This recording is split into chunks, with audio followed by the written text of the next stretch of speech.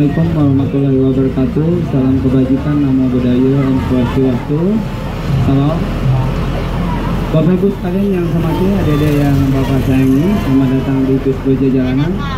Dan hari ini yang melaksanakan tugas yaitu kami ini sebagai driver dan saya sebagai tour guide Mukani.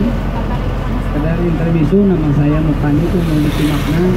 Menurut saya, Mukani muda, kaya, pemberani.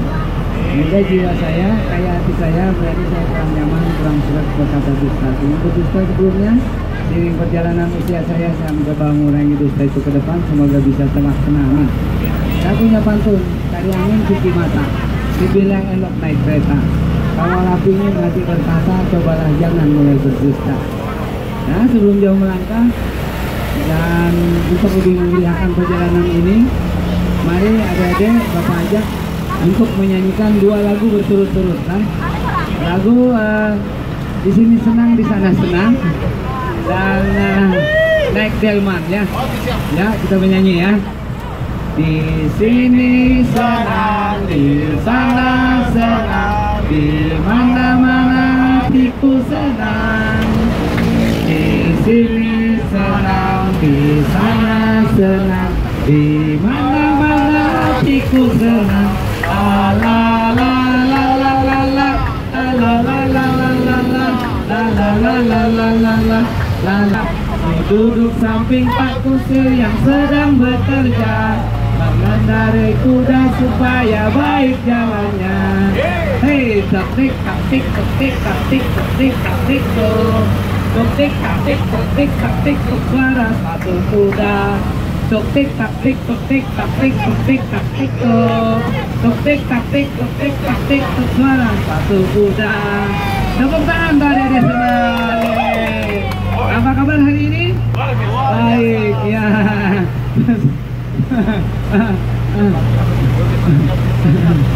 Today I'm very happy today because I see you. Yeah, you are very happy today.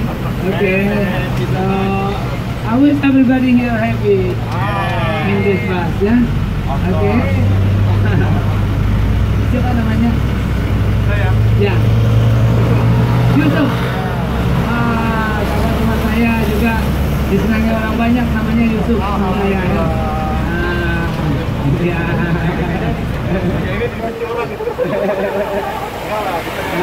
Iya, disenangi orang banyak.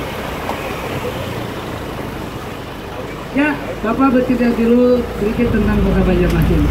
Kota ini dengan luas 72 km persegi dengan jumlah penduduk 960.000 jiwa. Dibagi atas 17 rumpun suku dan kita bersyukur keadaan damai sentosa kita lewati dengan rasa harmonis. Semoga kondisi ini berlangsung sekarang seterusnya sampai di akhir masa. Amin. Wilayah yang kita lewati ini disebut dengan Pulau Tatas karena kota ini dilewati oleh Sungai Martapura yang anaknya 117 anak sungai. Dari 117 anak sungai itu 17 telah dibentuk oleh peraturan daerah Perda.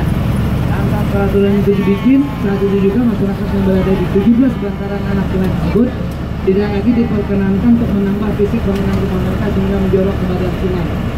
Nah, dari 17 anak sungai itu ada 4 sungai yang telah dan sedang kita lakukan pemukan, yaitu Sungai Kuin, Kayan, Jam-Jam, dan Kulipan. Nah, nanti kedepannya kita lakukan pemukan lagi atas anak sungai yang lain. Dan kita selalu membenahi trotoar yang ada di bawahnya desa drainase. Tiap tahunnya dianggarkan. Tahun sekarang 600 meter trotoar yang kita benahi dengan di bawahnya ada selokan itu dianggarkan 900 juta rupiah per 600 meternya. Ya, sedangkan Taman Siring dulu dibangun dengan menelan dana per 1 kilometernya 10 miliar rupiah. Ya, jadi pembangunan jalan layang juga dari Jembatan Sungai Sipar, Jembatan Merdeka, depan Masjid Raya itu 350 meter. Itu juga menyerap dana 25 miliar rupiah. Ya, wilayah ini dulu tanggal 29 November 1635 dulu dikelola oleh VOC, Perserikatan Dagang Belanda. Dan di tahun 1756 kembali bahasa Inggris mendudukinya. Mereka membeli lahan di sini dan tentu dengan persetujuan Sultan Banjar mereka diizinkan untuk membuat benteng Tatas dengan menempatkan 4 meriam, 2 arah sungai, 2 arah daratan untuk melindungi properti mereka. Di tahun 1806 kembali Belanda menguasai area ini.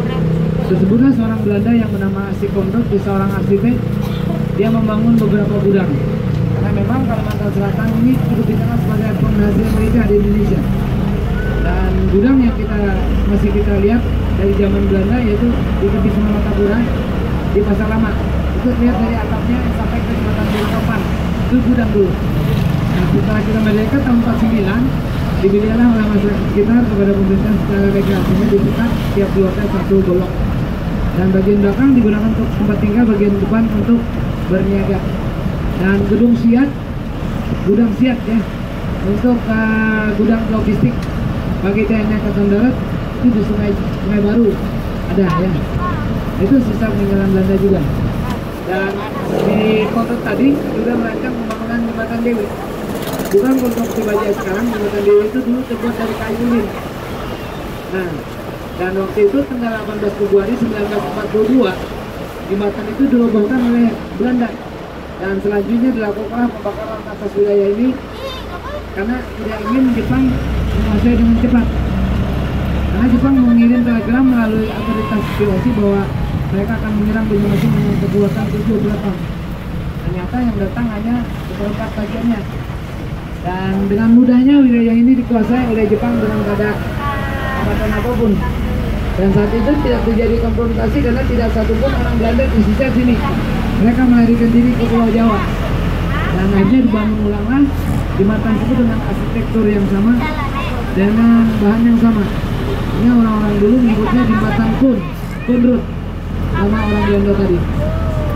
Dan kita dijajah Jepang 3,5 tahun, tapi kejamannya luar biasa ya.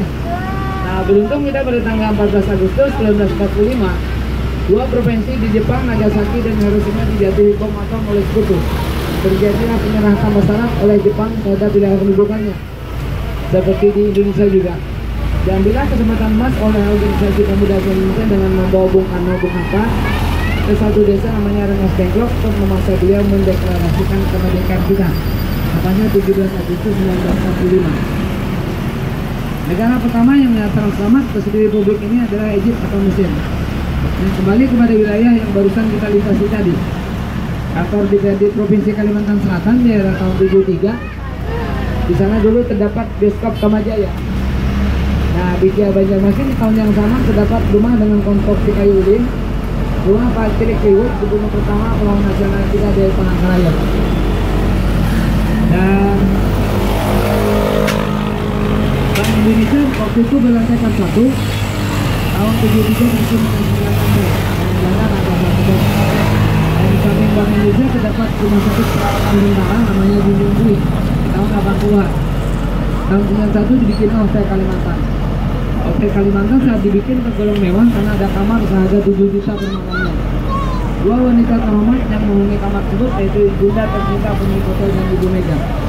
Dan selebihnya tidak ada yang menghuni kamar 7 juta tersebut. Dan 10 tahun hari ini Hotel Kalimantan tidak beroperasi lagi karena tidak bisa bersaing dengan hotel yang tergolong mewah lainnya seperti Dorseten, Golden Tulip, Berju, dan Sakin.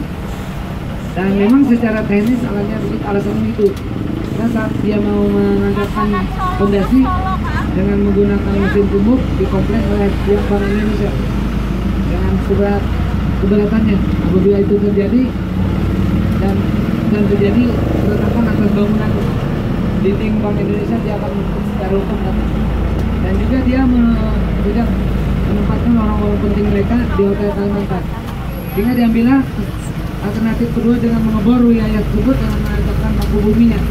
Ternyata tidak di kedalaman 40 sampai 50 meter yang saya sebut sebelumnya. Karena di bagian terdalam dari lapisan kita itu sudah tampak. Sehingga Hotel Kalimantan sekarang 1,5 meter turun. Dan untungnya turunnya serempak, muka belakang kiri kanan sama. Dan apabila terjadi hujan di Kota Banjarmasin, mengguyur 1,5 jam, maka kolam renanglah jadi hobinya sana. Jembatan ini juga sama. Secara teknis memang dia tidak di kedalaman yang saya sebutkan tadi. 5 bulan operasional jembatan ini juga turun ke bawah 1,5 meter ya. Sehingga diambillah alternatif untuk membangun jembatan ini dari beton. Ya. Dan di Simpang 4 tadi kita melihat ada katedral milik Gereja kita amat Katolik yang dibangun pada masa pemerintahan Hindia Belanda, mana gubernurnya bernama William Musenberg itu. Dan sana kita dapati beberapa pasang nama orang Belanda yang menikah tercatat dalam buku catatan disebut dengan Standboek. Arah Belauran Kota Banyumasin dan Brigjen Ketamso, kita ketemu dengan kantor Inspektorat Pajak Kalimantan Selatan dan Tengah. Pajak dalam bahasa Belanda artinya belasting. Nah, memang pelajaran pajak itu kita dapatkan dari Belanda. Dan kita diizinkan ke pusat, kalau pusat mengembangkan kantor belasting sebagai itu karena Kalimantan ini termasuk di pusat dari sektor pertambangan. 385 miliar rupiah per tahun, walaupun 7 tahun terakhir ini mengalami penurunan menjadi 285 saja. Kita mengekspor hasil hutan sampingan lainnya seperti pinang ke Bangladesh, Pakistan sebagai obat tradisional. Kayu garu ke Timur Tengah, masyarakat Timur Tengah memiliki kebiasaan mandi batimung dengan aroma kayu garu. Hingga jenis kayu garu super kita bisa jual di sana seharga 30 juta rupiah per kilogramnya. Untuk kayu manis kita ekspor ke Eropa. Untuk rotan karpet kita ekspor di Jepang pada bulan Oktober, November, Desember, Januari, Februari. Karena di bulan tersebut terjadi hujan atau bulan